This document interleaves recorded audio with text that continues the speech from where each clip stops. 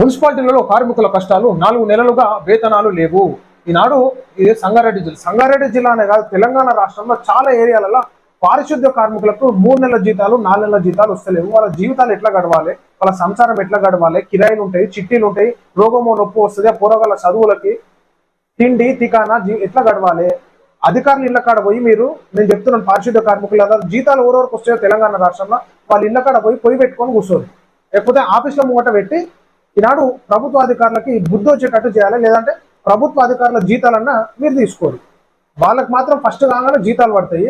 మీరు గ్రామాలను పరిశుభ్రంగా ఉంచి సిటీ ఏదైతే మొత్తం ఆ ప్రాంతాలను శుభ్రంగా ఉంచేటటువంటి వాళ్ళకి మాత్రం సక్రమంగా జీతాలు పడతలేవు. మీరు ఏం లేదు, వంట మార్పు కార్యక్రమాలు చేయాలి, నడి రోడ్డు మీద చౌరస్తాలో కూర్చోవాలి, వంటలు చేసుకొని తినాలి. అప్పుడు బుద్ధి వస్తుంది ప్రభుత్వానికి. ప్రభుత్వ అధికారులకి, ఎమ్మెల్యేలకి, నాయకులకి టైంకి పైసలు వాడాలి అకౌంట్లలో. కానీ గ్రామాన్ని పరిశుభ్రంగా వచ్చినటువంటి కార్యక్రమాలకు మాత్రం 4 నెలల జీతాలా? ఎవరికి చెప్పుకోవాలి వాళ్ళ బాధలు? ఎట్లా తీరుతాయి వాళ్ళ బాధలు? ఈనాడు మిత్తితో కట్టిరు వీళ్ళందరికీ పైసలు. మీరు కరెంట్ బిల్లు లేట్ అయితే మిత్తిలు వేస్తారు, ఫైన్లు వేస్తుంటారు, ట్యాక్సులు లేట్ అయితే ఫైన్లు వేస్తారు. వీళ్ళకి కూడా మిత్తితో కట్టియాలి మీరు పైసలు. మీకు మాత్రం ఒక రూలు, వీళ్ళకి ఒక రూలా?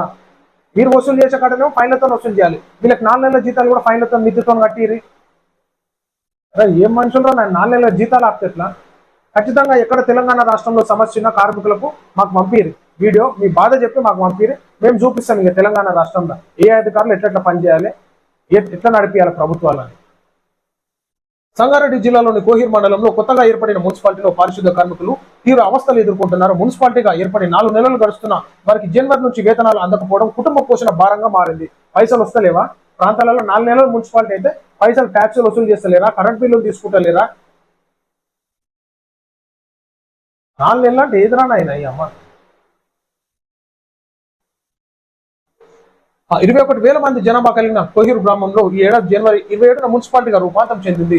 అయితే పట్టణంలోని మురుగు కాలువలను శుభ్రం చేసే 24 మంది కార్మికులు మాత్రం వేతనాలు అందించడం లేదు. 4 నెలలుగా జీతం లేకపోవడంతో వారు ఆర్థిక ఇబ్బందులతో సతమతం అవుతున్నారు. ఏడుకెళ్ళి తెచ్చాలి, అప్పులు తెచ్చుకోవాలి, మరి ఆ మిత్తిలు ఎవరు కట్టాలి? మీరు ఇప్పుడు ఇల్లు గడవాలంటే 4 నెలలకే ఖర్చులు ఏడుకెళ్ళి తేవాలి. చేసిన అప్పులకు మిత్తులు కట్టారు. ఆర్థిక పరిస్థితి వాళ్ళ అంత తయారు చేసేది నాడు.